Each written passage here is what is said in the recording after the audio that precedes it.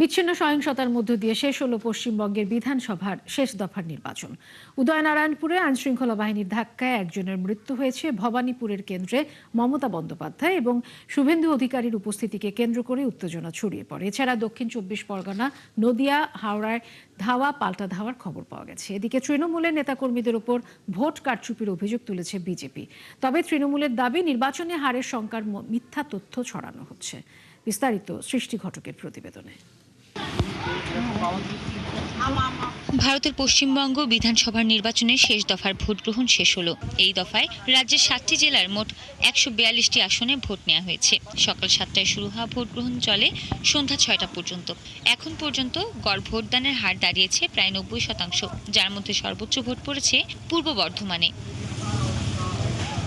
আজকের ভোটে সবার নজর ছিল ভবানীপুর কেন্দ্রে, কারণ প্রধান দুই প্রার্থী তৃণমূল নেত্রী মমতা বন্দ্যোপাধ্যায় ও বিজেপি নেতা শুভেন্দু অধিকারী এই আসনে প্রতিদ্বন্দ্বিতা করছেন। ভবানীপুরের মিত্র ইনস্টিটিউটে ভোট দেন মমতা। এ সময় তৃণমূলের জয় দাবি করেন তিনি। এ সময় তৃণমূলের নেতাকর্মীদের ওপর অত্যাচার করা হয়েছে বলেও অভিযোগ তোলেন মমতা। তবে পাল্টা অভিযোগ তোলেন শুভেন্দু। ভবানীপুরে একাধিকবার তৃণমূলের তোপের মুখে পড়েন বলে জানান তিনি।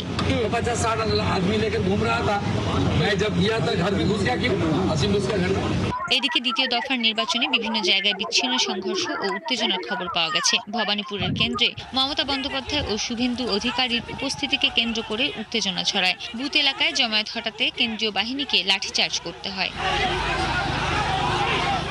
নদিয়ার চাপড়ায় 52 নং বুথে বিজেপি এজেন্ট মোশাররফ মীরকে মারধরের অভিযোগ উঠেছে তৃণমূল সমর্থকদের বিরুদ্ধে। হাওড়ায় ইভিএম গোলযোগকে কেন্দ্র করে বালি এলাকায় ভোটারদের সঙ্গে নিরাপত্তা বাহিনীর ধস্তাধস্তি ও উত্তেজনার খবর পাওয়া গেছে। দক্ষিণ 24 পরগনার বাসন্তীতে বিজেপি প্রার্থীর উপর হামলার অভিযোগ এবং ভাঙড়ে রাজনৈতিক কর্মীদের মধ্যে সংঘর্ষের খবর পাওয়া গেছে। এছাড়া উত্তর 24 পরগনার নোয়াপাড়া বিধানসভার মায়াপল্লীতে ভুয়া ইভিএম রাখার অভিযোগ তুলেছেন বিজেপি নেতা অর্জুন সিং। আমডাঙ্গায় জমায়েত হটাতে পুলিশ তাড়া করেছে বলেও জানা গেছে।